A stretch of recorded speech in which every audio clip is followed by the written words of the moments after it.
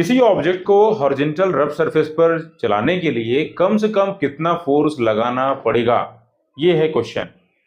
Directions वगैरह में कोई रिस्ट्रिक्शन नहीं है, आप किसी भी डायरेक्शन में फोर्स को लगा सकते हैं। बस क्वेश्चन ये है कि अगर कोई बॉडी किसी हॉरिजॉन्टल रफ सरफेस पर रखी हुई हो तो आपसे पूछा जाए, बताइए कि बॉडी को मूव कराने के लिए कम से कम कितना फोर्स लगाने की जरूरत पड़ेगी। तो इसका आंसर है F equals mu M G upon root of 1 plus mu square. अब ये कैसे है, आज इस लेक्चर में हम इसी पर चर्चा करने वाले हैं। देखिए, ये एक सरफेस है, आप देख सकते हैं सरफेस पर एक ब्लॉक रखा हुआ है। ब्लॉक का मास हमने क्या शो किया है, स्मॉल m। अब मुझे इस ब्लॉक को मूव कराना है, तो मूव कराने के लिए हमें कुछ फोर्स तो लगाना ही पड़ेगा। तो चलो मान लेते हैं कि ब्लॉक को मूव कराने के लिए हमने एक फोर्स लगा दिया है, और ये फोर्स जो हमने लगाया है ये मान लेते हैं कि चलो हॉरिजॉन्टल डायरेक्शन से थीटा एंगल पे लगा हुआ है।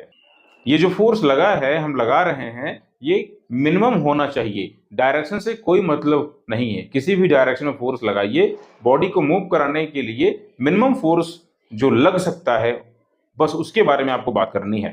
तो मैंने मान लिया है कि फोर्स को हमने हॉरिजॉन्टल डायरेक्शन से मान लेते हैं कि थीटा एंगल पे लगाया है। तो आप जरा देखिए, इस फोर्स F के दो पार्ट बनेंगे। मोशन के लिए जरूरी बात क्या है, इस ब्लॉक का मोशन किस तरफ होने वाला है, हॉरिजॉन्टल डायरेक्शन में। यानी कि हॉरिजॉन्टल डायरेक्शन में क्या फोर्स बन रहा है, आओ जरा देखते हैं। देखो, फोर्स F का जो पार्ट जा रहा है हॉरिजॉन्टल डायरेक्शन में, बेसिकली अगर हम बात करें तो ये पार्ट बन के आ रहा है F cos थीटा। बोलिए हाँ नहीं, सही बात है। इसी तरीके से देखिए, फोर्स का एक और पार्ट बनेगा जो कि वर्टिकल डायरेक्शन में जाने वाला है। जो पार्ट वर्टिकल डायरेक्शन में जा रहा है ये नॉर्मल रिएक्शन को प्रभावित करेगा। देखो जरा, ये पार्ट कितना बनेगा, ये पार्ट बनने वाला है F sin थीटा। ठीक है, और देखो जरा ध्यान से, जैसे हम इस ब्लॉक को चलाने के लिए फोर्स लगाएंगे तो मोशन के जस्ट अपोजिट डायरेक्शन में एक फ्रिक्शन फोर्स डेवलप हो जाएगा। इस ब्लॉक और सरफेस के बीच में यहां पर एक फ्रिक्शनल फोर्स डेवलप होगा, है कि नहीं। आप इस बात को हमेशा के लिए याद रखें, जब भी किसी बॉडी को हम पुल करते हैं, है ना, पुल करते हैं तो रिएक्शन की वैल्यू घट जाती है। देखो यहाँ पे क्या हो रहा है, ये जो ब्लॉक है, इस ब्लॉक का वेट बेसिकली एक्ट कर रहा होगा वर्टिकल डाउन, जो कि है mg। सरफेस की रिएक्शन मान लेते हैं n है। अब देखो, ये जो ब्लॉक है ये वर्टिकल डायरेक्शन में मूव नहीं कर रहा है। अगर ब्लॉक की मोशन वर्टिकल डायरेक्शन में नहीं हो रही है, केवल हॉरिजॉन्टल में हो रही है, तो जरूरी बात यह है कि वर्टिकल डायरेक्शन के जो भी फोर्स हैं वो एक दूसरे को कैंसिल कर रहे हैं। वर्टिकल अप और डाउन फोर्स कैंसिल हो रहे हैं। यानी हम लोग कह सकते हैं normal reaction plus F sin theta equals mg। यह हम लोग कह सकते हैं नॉर्मल रिएक्शन की वैल्यू इस अवस्था में क्या बन जाएगी, mg minus F sin theta. अगर मैं किसी बॉडी को पुल करूंगा तो नॉर्मल रिएक्शन ऑब्वियस सी बात है घट जाती है, आपको पता भी होना चाहिए। पुश करने पर रिएक्शन बढ़ जाती है mg plus F sin theta, और पुल करने पर घट जाती है। यही वजह है कि अगर किसी बॉडी को हम पुल करते हैं तो उसको मूव करने में थोड़ा आसानी होती है ना। Pull is easier than the push. What is the reason behind that, the reason is reaction is decreased somewhat by the factor F sin theta. Now see here, जैसे इस ब्लॉक को चलाने की बात करी जा रही है तो जरा देखो, जो चलाने वाला जो ड्राइविंग फोर्स है वो है क्या, F cos थीटा। ये F cos थीटा किससे अपोज किया जाने वाला है, फ्रिक्शनल फोर्स से। यानी जो फोर्स F cos थीटा है, ये फोर्स कम से कम किसके बराबर में हो, इस लिमिटिंग फ्रिक्शन फोर्स की वैल्यू के बराबर में हो, तभी तो ये चल पाएगा। तो फॉर द मोशन मैं यहां लिखने जा रहा हूं, for the motion of block, for motion of block the component of the force F cos theta should be greater or is equal to the limiting value of the frictional force। Minimum की बात करी जाएगी तो हम equal to लेंगे, है ना, obvious सी बात है। अभी इसको हम आगे और अच्छे तरीके से समझने जा रहे हैं। देखिए, ये F cos थीटा हो गया। देखिए, limiting frictional force equals coefficient of friction into normal reaction. जरा देखिए, नॉर्मल रिएक्शन यहाँ क्या बनी है। अभी आपने देखा था कि नॉर्मल रिएक्शन की वैल्यू पहले से थोड़ा कम हो गई है। कितनी हो गई है ये वैल्यू, तो ये वैल्यू हो गई है mg minus F sin theta. बोलिए है ना, ठीक है। एक काम कर लीजिए, आप म्यू को मल्टीप्लाई करते हैं म्यू एफ साइन थीटा और एफ को ट्रांसपोज कर लें ताकि हम एफ को कॉमन कर सकें। हमें एफ की तलाश है तो हम एफ को एक तरफ कर लेते हैं। तो अगर हम कुछ मल्टीप्लाई करें और कुछ ट्रांसपोज करें तो देखो जरा क्या मिलता है। ये एफ कॉमन हो जाएगा, ब्रैकेट में क्या आ जाएगा, cos theta plus mu sine theta is greater than or equal to mu M G. याद रखें म्यू का मतलब है लिमिटिंग कोफिशिएंट ऑफ फ्रिक्शन।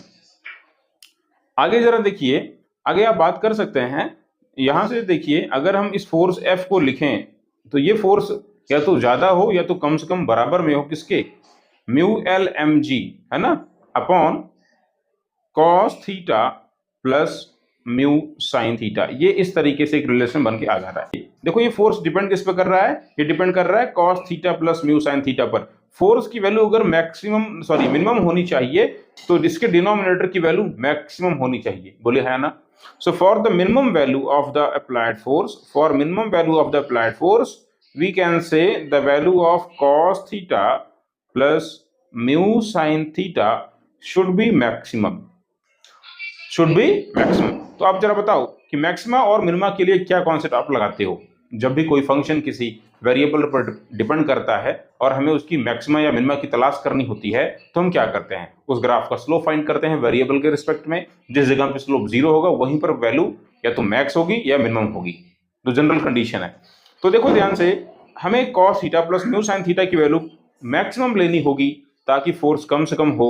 इसका मतलब हम यहाँ पे क्या करने वाले हैं, D D theta of cos theta plus mu sine theta की वैल्यू क्या होनी पड़ेगी, ये वैल्यू 0 होनी पड़ेगी, है ना, स्लोप 0 होना पड़ेगा क्योंकि ग्राफ का स्लोप ही तो मिल रहा है एक तरीके से। हमें सभी को पता होना चाहिए कि अगर हम कोई ग्राफ प्लॉट करते हैं y equal to F of X में, है ना, y equal to F of X में मैंने कोई ग्राफ प्लॉट किया है, ये कोई एक ग्राफ है, मान लीजिए कोई ग्राफ बना हुआ है ऐसे, और ये ग्राफ अगर मैक्सिमा या मिनिमा को अटेन कर रहा है तो जिस जगह पे अटेन करेगा वहां पे ग्राफ का स्लोप 0 बनेगा। और स्लोप का मतलब कुछ नहीं बल्कि क्या होता है, स्लोप का मतलब होता है tan थीटा, जो कि बेसिकली होता है dy by dx, geometrical meaning of the differentiation। If you differentiate any function with respect to a variable, then basically you are finding the tangent at the graph at the particular point। तो देखिए यहां से हमने इसका slope निकाला, slope 0 कर दिया है। बताएं जरा थीटा के रिस्पेक्ट में cos थीटा का डिफरेंशिएशन क्या होगा, तो बोलेंगे ये होगा माइनस साइन थीटा। इसी तरीके से जरा बताएं कि म्यू साइन थीटा का डिफरेंशिएशन थीटा के रिस्पेक्ट में क्या होगा। म्यू तो कांस्टेंट है, बाहर आ जाएगा, और साइन थीटा का डिफरेंशिएशन क्या होता है, कॉस थीटा, यानी लिखोगे आप म्यू कॉस थीटा बराबर 0। यानी ऑब्वियस ही बात है, आप कह सकते हो एक तरीके से कि tan थीटा इक्वल्स म्यू हो जाएगा। बोलिए है ना, है कि नहीं। आप बोल सकते हैं, आप कह सकते हैं कि साइन थीटा की वैल्यू म्यू कॉस थीटा हो जाएगी, ऐसा भी कह सकते हो, या कह सकते हो कि tan थीटा की वैल्यू म्यू बन जाएगी। यानी for the minimum value of the force applied to move a body on a horizontal rough surface, the force must be applied at an angle which is equal to the angle of friction. आपको पता ना ये relation mu बराबर tan theta कब मिलता है, जब ये थीटा एंगल ऑफ फ्रिक्शन होता है। तो आओ एक छोटा सा डायग्राम बनाएं, चूंकि हमें यहाँ पे साइन थीटा और कॉस थीटा की वैल्यू को निकालना है फिर रखना है, तो हम एक डायग्राम बनाते हैं और उसमें रख करके हम साइन और कॉस की वैल्यू को पता लगाते हैं। देखो जरा गिवन है tan थीटा की वैल्यू म्यू है, मतलब परपेंडिकुलर अपॉन बेस हो गया। बताओ जरा हाइपोटेनस की वैल्यू क्या बनेगी, ये वैल्यू बनेगी म्यू स्क्वायर प्लस 1। तो जरा मुझे बताओ, अगर मैं इस निष्कर्ष कुछ निकालूं इससे, मैं यहाँ से साइन थीटा और कॉस थीटा की वैल्यू को निकालूं, तो जरा बताओ क्या मिलेगी। साइन थीटा की वैल्यू आप बोलेंगे हमें मिल जाएगी perpendicular upon hypotenuse, that is 1 plus mu square, mu upon root of 1 plus mu square. Cos theta की वैल्यू क्या बनेगी, तो base upon hypotenuse, that is 1 upon root of 1 plus mu square. अब इन दोनों वैल्यू को आप रख दें, इन दोनों ही वैल्यू को आप ले जाकर रख दें तो आपको फोर्स की वैल्यू मिल जाएगी। So placing the value of the sine theta and cos theta in this expression, आओ जरा रख देते हैं, प्लेसिंग द वैल्यू, रख दिया जाए, वैल्यू को रख देते हैं। Placing the value, the minimum value of the force जो कि हमको मिली थी, ये वैल्यू मिनिमम कितनी होगी, तो mu L M G upon cos theta plus mu sine theta, है कि नहीं?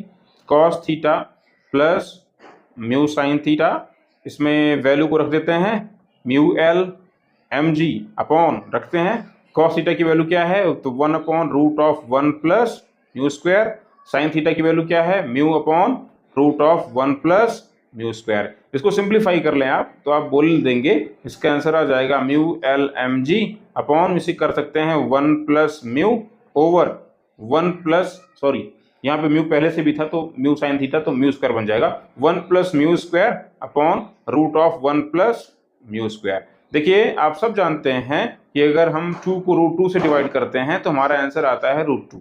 तो जरा सोचिए, अगर मैं 1 प्लस म्यू स्क्वायर को root of 1 plus mu square से डिवाइड करूंगा तो आंसर क्या मिलेगा हमें आंसर मिलेगा root of 1 plus mu square. तो इसको डिवाइड कर देते हैं तो जरा देखिए हमारा फाइनल आंसर मिल जाता है minimum value of the force F equals mu L M G upon root of 1 plus mu square. अगर हम चाहें तो इसको देखो फिर से अगर चाहें तो रिप्लेस कर सकते हैं साइन थीटा से, that is the M G sine theta, ऐसे भी लिखा जा सकता है, बशर्ते याद रहे थीटा का मतलब क्या है, थीटा का मतलब है tan inverse mu. So this is the minimum value of the force. This is the minimum value of the force which must be applied to start the motion on a horizontal rough surface. अगर कोई block किसी horizontal surface पर रखा होगा तो उसको move कराने के लिए कम से कम इतना फोर्स तो लगाना ही पड़ेगा आपको। Thank you.